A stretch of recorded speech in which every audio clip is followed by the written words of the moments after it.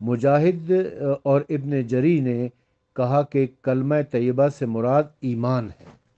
یعنی اس تفسیر قرطبی سے بھی ہمیں یہ پتہ چلتا ہے کہ کلمہ طیبہ سے مراد لا الہ الا اللہ ہے۔ اب آتے ہیں تفسیر مظہری کی طرف۔ تفسیر مظہری کی جلد نمبر 6 صفحہ نمبر 224 پر ہے کہ اسی آیت کی تفسیر میں لکھا ہوا ہے کہ جو اپنے خالق کے ارادے اور تخلیق کی وجہ سے ہر اس وقت پھل دیتا ہے جب اس کے رب نے پھل لانے کے لیے مقرر کر دیا ہے۔ کلمہ طیبہ کی بھی یہی حالت ہے۔ مومن کے دل اس کی جڑ ہے، یعنی ایمان مضبوطی کے ساتھ قائم ہے۔ جب یہ کلمہ زبان سے نکلتا ہے تو اوپر اٹھنے اور اللہ تک پہنچنے سے اس کو کوئی نہیں روک سکتا۔ اللہ نے فرمایا ہے، پھر یہی آیت تلاوت کی، اللہ ہی کی طرف پاکیزہ کلمہ چڑھتا ہے۔ ترمذی نے حضرت عبداللہ بن عمر کی روایت سے بیان کیا ہے کہ رسول اللہ صلی اللہ علیہ وآلہ وسلم نے فرمایا، سبحان اللہ پڑھنا قیامت کے دن میزان عدل کا آدھا حصہ ہوگا، اور الحمدللہ پڑھنا میزان کو نیکیوں سے بھر دے گا، اور لا الہ الا اللہ کو اللہ تک پہنچنے سے کوئی معنی نہیں ہے۔ مزید لکھتے ہیں کہ ترمذی نے حسن سند کے ساتھ حضرت ابو ہریرہ کا قول نقل کیا ہے کہ رسول اللہ صلی اللہ علیہ وآلہ وسلم نے فرمایا، جب بھی کوئی بندہ خلوص کے ساتھ لا الہ الا اللہ کہتا ہے تو ضرور اس کے لیے آسمان کے دروازے کھول دیے جاتے ہیں، یہاں تک کہ وہ کلمہ عرش تک پہنچ جاتا ہے، بشرط یہ کہ اس کا قائل کبیرہ گناہوں سے بچتا رہے۔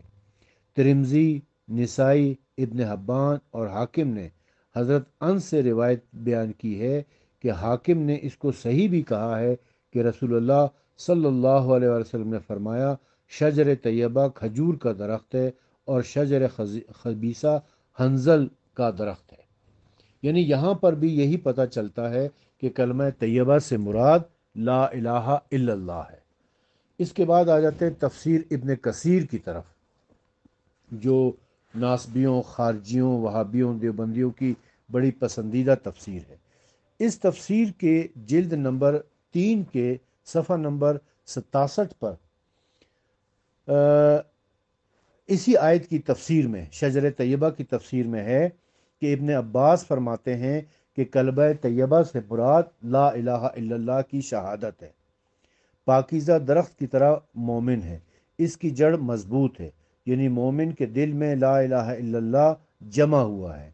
اس کی شاخ آسمان میں ہے، یعنی اس توحید کے کلمے کی وجہ سے اس کے اعمال آسمان کی طرف اٹھائے جاتے ہیں۔ اور بھی بہت سے مفسرین سے یہی قول منقول ہے، مراد اس سے مومن کے اعمال ہیں۔ ایک اور روایت انہوں نے لکھی ہے کہ ابن حاتم میں سے کسی نے رسول اللہ صلی اللہ علیہ وسلم سے عرض کیا کہ حضور، مالدار لوگ درجات میں بہت بڑھ گئے ہیں۔ آپ نے فرمایا کہ یاد رکھو، اگر تمام دنیا کی چیزیں لے کر انبار لگا دو تو پھر بھی وہ آسمان تک نہیں پہنچ سکتی، لیکن تجھے ایسا عمل بتلاؤں جس کی جڑ مضبوط اور جس کی شاخیں آسمان میں ہیں؟ اس نے پوچھا وہ کیا ہے؟ فرمایا، لا الہ الا اللہ، اللہ اکبر و سبحان اللہ والحمد للہ، ہر فرض نماز کے بعد 10 بار کہہ لیا کرو، جس کی جڑ مضبوط اور جس کی شاخیں آسمان میں ہیں۔ ابن عباس فرماتے ہیں کہ وہ پاکیزہ درخت جنت میں ہے، ہر وقت اپنا پھل لائے، یعنی صبح اور شام، ہر ماہ میں یا ہر 2 ماہ میں یا ہر ششمائی میں یا ہر 7ویں مہینے میں یا ہر سال، لیکن الفاظ کا ظاہری مطلب یہ ہے کہ مومن کی مثال اس درخت کی جیسی ہے جس کے پھل ہر وقت جاڑے گرمی میں دن رات اترتے رہتے ہیں۔ اب اس تفسیر سے، تفسیر ابن کثیر سے بھی ہمیں یہی پتہ چلتا ہے کہ کلمہ لا الہ الا اللہ، کلمہ طیبہ کا مطلب لا الہ الا اللہ ہے۔ اب آ جاتے ہیں جی احمد رضا خان بریلوی کی تفسیر کے ترجمے پر، جو کنز الایمان کے نام سے مشہور ہے، جس کی تفسیر مولانا سید محمد نعیم الدین مراد آبادی نے کی ہے۔ اس تفسیر میں بھی اسی سورہ ابراہیم کی آیت نمبر 24 کی تفسیر میں لکھا ہوا ہے کہ یعنی کلمہ توحید کی، یعنی کلمہ طیبہ سے مراد ہے۔ آپ دیکھیں کیسی مثال بیان فرمائی پاکیزہ بات کی، یعنی کلمہ طیبہ کی، پھر آگے جو 62 کا نمبر دے رکھا ہے، اور 62 میں لکھا ہے یعنی کلمہ توحید کی، یعنی کلمہ طیبہ یہ پاکیزہ بات سے مراد کلمہ توحید ہے۔ اس میں بھی کہیں پر بھی رسالت کا ذکر نہیں کیا، حالانکہ یہ بریلویوں کا ترجمہ ہے، اور بریلوی حضرات جو ہے وہ بہت عشق رسول کی بانسری بجاتے ہیں، لیکن آپ دیکھ لیں کہ ان میں سے کسی مفسر نے بھی کلمہ طیبہ کے تفسیر میں لا الہ الا اللہ محمد رسول اللہ نہیں لکھا ہے، صرف لا الہ الا اللہ لکھا ہے۔ اچھا، اب آ جاتے ہیں مولانا اشرف علی تھانوی کی تفسیر البیان کی طرف۔ یہ دیوبندیوں اور تبلیغی جماعت والوں کی بڑی پسندیدہ تفسیر ہے۔ اس کے صفحہ نمبر 517 میں ہے، اسی آیت کی تفسیر یعنی کلمہ طیبہ کی تفسیر میں ہے کہ لکھتے ہیں کہ کیا آپ کو معلوم نہیں، یعنی اب معلوم ہو گیا کہ اللہ تعالیٰ نے کیسی اچھی اور موقع کی مثال بیان فرمائی ہے کلمہ طیبہ کی، یعنی کلمہ توحید و ایمان کی، کہ وہ مشابہ ہے ایک پاکیزہ درخت کے، مراد کھجور کا درخت ہے، جس کی جڑ زمین کے اندر خوب گڑی ہوئی ہے اور اس کی شاخیں اونچائی میں جا رہی ہیں، اور وہ درخت خدا کے حکم سے ہر فصل میں، یعنی جب اس کے فصل آ جاوے، اپنا پھل دیتا ہے، یعنی خوب پھلتا ہے، پھلتا ہو، کوئی فصل ماری نہ جاتی ہو۔ اسی طرح کلمہ توحید یعنی لا الہ الا اللہ کی ایک جڑ ہے، یعنی اعتقاد جو مومن کے قلب میں استحکام کے ساتھ جاگیر ہے، اور اس کی کچھ شاخیں ہیں، یعنی اعمال صالحہ جو ایمان پر مرتب ہوتے ہیں، جو بارگاہ قبولیت میں آسمان کی طرف لے جاتے ہیں، پھر ان پر رضائے دائمی کا ثمرہ مرتب ہوتا ہے، اور اللہ تعالیٰ اس قسم کی مثالیں لوگوں کے بتلانے کے واسطے اس لیے بیان فرماتے ہیں تاکہ وہ لوگ معافی مقصودہ کو خوب سمجھ لیں، کیونکہ مثال سے مقصود کی خوب توضیح ہو جاتی ہے۔ انہوں نے بھی یعنی مولانا اشرف علی تھانوی جو دیوبندی عالم ہیں اور تبلیغی جماعت والوں کے بڑے پسندیدہ مفسر ہیں، انہوں نے بھی کلمہ طیبہ کی تفسیر میں لکھا ہے کہ اس سے مراد کلمہ توحید یعنی لا الہ الا اللہ ہے۔ اب آ جاتے ہیں شبیر احمد عثمانی کی تفسیر عثمانی پر، جو کہ سعودی عرب سے شائع ہوئی ہے، شاہ فہد پرنٹنگ پریس سے شائع ہوئی ہے۔ اس میں بھی سورہ ابراہیم کی آیت نمبر 24 میں جو لفظ کلمہ طیبہ استعمال ہوا ہے، اس کی تفسیر میں وہ لکھتے ہیں کہ کلمہ طیبہ سے مراد ستھری بات میں کلمہ توحید، معرفت الہی کی باتیں، ایمان و ایمانیات، قرآن، حمد و ثنا، تسبیح و تحلیل، سچ بولنا سب داخل ہیں، سب داخل ہیں، مگر محمد رسول اللہ کا کسی نے ذکر نہیں کیا۔ یہ 8 تفسیریں میں نے آپ کی خدمت میں پیش کی ہیں۔ تفسیر در منصور علامہ جلال الدین ابو بکر سیوطی کی، تفسیر قرطبی علامہ احمد بن محمد بن ابو بکر قرطبی کی، تفسیر مظہری علامہ ثناء اللہ پانی پتی کی، تفسیر ابن کثیر علامہ عماد الدین ابن کثیر کی، تفسیر کنز الایمان یہ احمد رضا خان بریلوی کی، تفسیر البیان اشرف علی تھانوی کی، اور تفسیر عثمانی شبیر احمد عثمانی کی۔ ان سب نے یہی لکھا ہے کہ کلمہ طیبہ سے مراد لا الہ الا اللہ ہے۔ کسی ایک مفسر نے بھی، ان 8 مفسرین میں سے کسی ایک نے بھی لا الہ الا اللہ محمد رسول اللہ نہیں لکھا ہے۔ کلمہ طیبہ میں سے محمد رسول اللہ کو انہوں نے نکال دیا ہے بالکل، اور ان سب کی پکچر بنا کر میں آپ کو سینڈ کر رہا ہوں تاکہ آپ اپنی آنکھوں سے دیکھ سکیں۔ اب آ جاتے ہیں ہم دوسرے مقام کی طرف، وہ ہے سورہ فاطر کی آیت نمبر 10۔ سورہ فاطر کی آیت نمبر 10، اس میں اللہ تعالیٰ نے لفظ الکلم و الطیب کے الفاظ جو ہے وہ استعمال کیے ہیں، جس کا ترجمے میں احمد رضا خان، ترجمے میں اس نے پیر محمد کرم شاہ الازہری نے تفسیر در منصور میں لکھا ہے۔ وہ جو پوری آیت کا ترجمہ میں آپ کی خدمت میں پیش کر رہا ہوں کہ جو عزت کا طلبگار ہو وہ جان لے کہ ہر قسم کی عزت اللہ تعالیٰ کے لیے ہے، اس کی طرف چڑھتا ہے پاکیزہ کلام۔ الکلم و طیب کا ترجمہ انہوں نے کیا پاکیزہ کلام، اور نیک عمل پاکیزہ کلام کو بلند کرتا ہے، اور جو لوگ فریب کاریاں کرتے ہیں برے کاموں کے لیے، ان کے لیے شدید عذاب ہے، اور ان کا مکر و فریب تباہ ہو کر رہے گا۔ اب اس آیت کی تفسیر میں، اس میں بھی لفظ الکلم و طیب استعمال ہوا ہے۔ اس کی تفسیر میں وہ لکھ رہے ہیں کہ حضرت ابن مسعود رضی اللہ تعالیٰ عنہ سے روایت نقل کی ہے کہ جب ہم تمہارے سامنے کوئی بات کریں گے تو کتاب اللہ میں سے اس کی تفسیر لائیں گے۔ بندہ مسلم جب سبحان اللہ و بحمد والحمد للہ لا الہ الا اللہ اللہ اکبر اور تبارک اللہ کہتا ہے تو ایک فرشتہ ان کلمات کو لے لیتا ہے، اپنے پروں کے نیچے انہیں رکھتا ہے۔ دوسری روایت میں انہوں نے لکھا ہے کہ امام ابن مردویہ اور دیلمی نے حضرت ابو ہریرہ سے روایت نقل کی ہے کہ الکلم الطیب سے مراد اللہ تعالیٰ کا ذکر ہے اور عمل صالح سے مراد فرائض کی ادائیگی ہے۔ جس سے فرائض کی ادائیگی میں اللہ کا ذکر کیا، اس فرض پر اللہ کا ذکر رکھ دیا جائے گا اور اسے اللہ تعالیٰ کی بارگاہ میں پیش کیا جائے گا، اور جس نے اللہ کا ذکر کیا اور فرائض کو ادا نہ کیا جبکہ اس کا کلام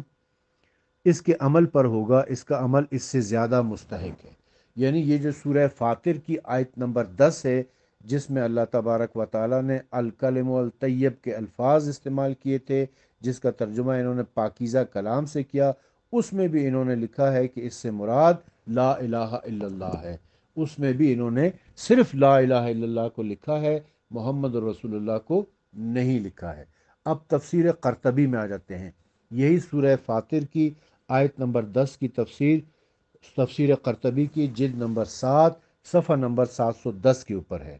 اس میں بھی اسی آیت کی تفسیر میں لکھتے ہیں کہ الکلم الطیب سے مراد توحید ہے جو پاکیزہ عقیدے سے صادر ہوتی ہے۔ ایک قول یہ کیا گیا ہے کہ اس سے مراد تمہید اور تمجید ہے، اسی طرح اللہ تعالیٰ کا ذکر وغیرہ۔ یعنی یہاں پر بھی الکلم الطیب سے مراد اللہ تعالیٰ کا ذکر ہے، اللہ تعالیٰ کا کلمہ ہے، کلمہ توحید ہے، کلمہ رسالت کا یہاں پر بھی ذکر نہیں کیا گیا ہے۔ اس کے بعد آ جائیں تفسیر مظہری کی طرف، جو علامہ ثناء اللہ پانی پتی کی لکھی ہوئی ہے۔ اس کی جلد نمبر 9 کے صفحہ نمبر 398 کے اوپر اسی آیت کی تفسیر میں ہے کہ پاک کلمات سے مراد ہیں سبحان اللہ والحمد للہ واللہ اکبر ولا الہ الا اللہ و تبارک اللہ وغیرہ۔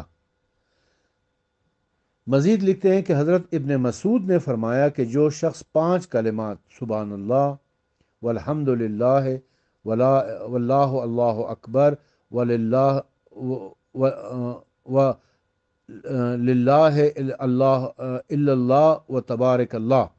کہتا ہے تو کوئی ایک فرشتہ ان کو فوراً لے کر اپنے پروں کے نیچے چھپا کر اوپر چڑھ جاتا ہے، اور ملائکہ کی جس جماعت کی طرف سے گزرتا ہے وہ ملائکہ ان کلمات کے قائل کے لیے دعائے مغفرت کرتے ہیں۔ آخر رب العالمین کی بارگاہ میں ان کلمات کو وہ فرشتہ پیش کر دیتا ہے۔ اس کی تصدیق اللہ کی کتاب کی اس آیت سے ہوتی ہے۔ پھر انہوں نے اسی آیت کی تلاوت کی۔ یہ ابن مسعود سے روایت ہے۔ اس کو بھی آپ پڑھ کے دیکھ لیں، اس کی بھی میں پکچر بنا کے آپ کو سینڈ کر دیتا ہوں کہ اس میں بھی انہوں نے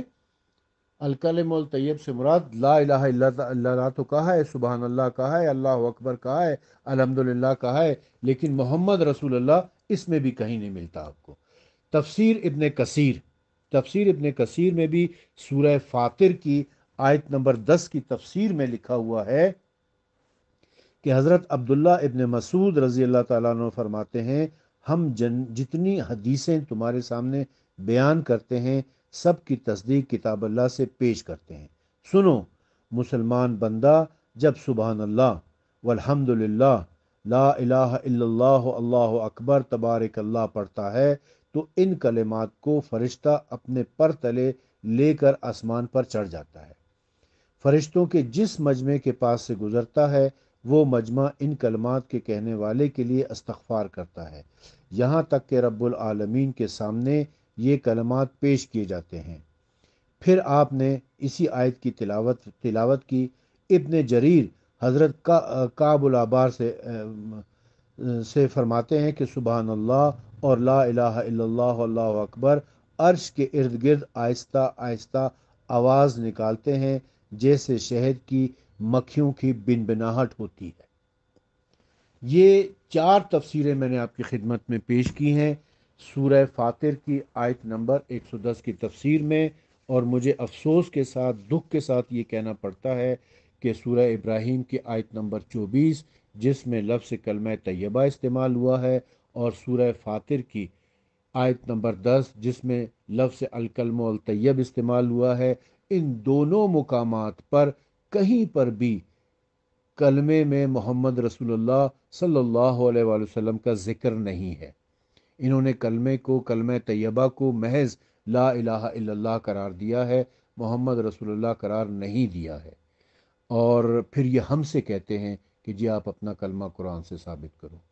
میرے بھائی، قرآن مجید میں 2 مقامات پر کلمہ طیبہ کا لفظ آیا ہے، دونوں مقامات پر آپ کے تمام مفسرین نے لکھا ہے کہ اس سے مراد لا الہ الا اللہ ہے۔ کسی ایک مفسر نے بھی نہیں لکھا کہ اس سے مراد لا الہ الا اللہ محمد رسول اللہ ہے۔ تو جب آپ کا کلمہ قرآن سے ثابت نہیں ہے، کلمہ طیبہ جو آپ کا ہے قرآن سے ثابت نہیں ہے، تو ہم سے آپ کیا سوال کرتے ہیں؟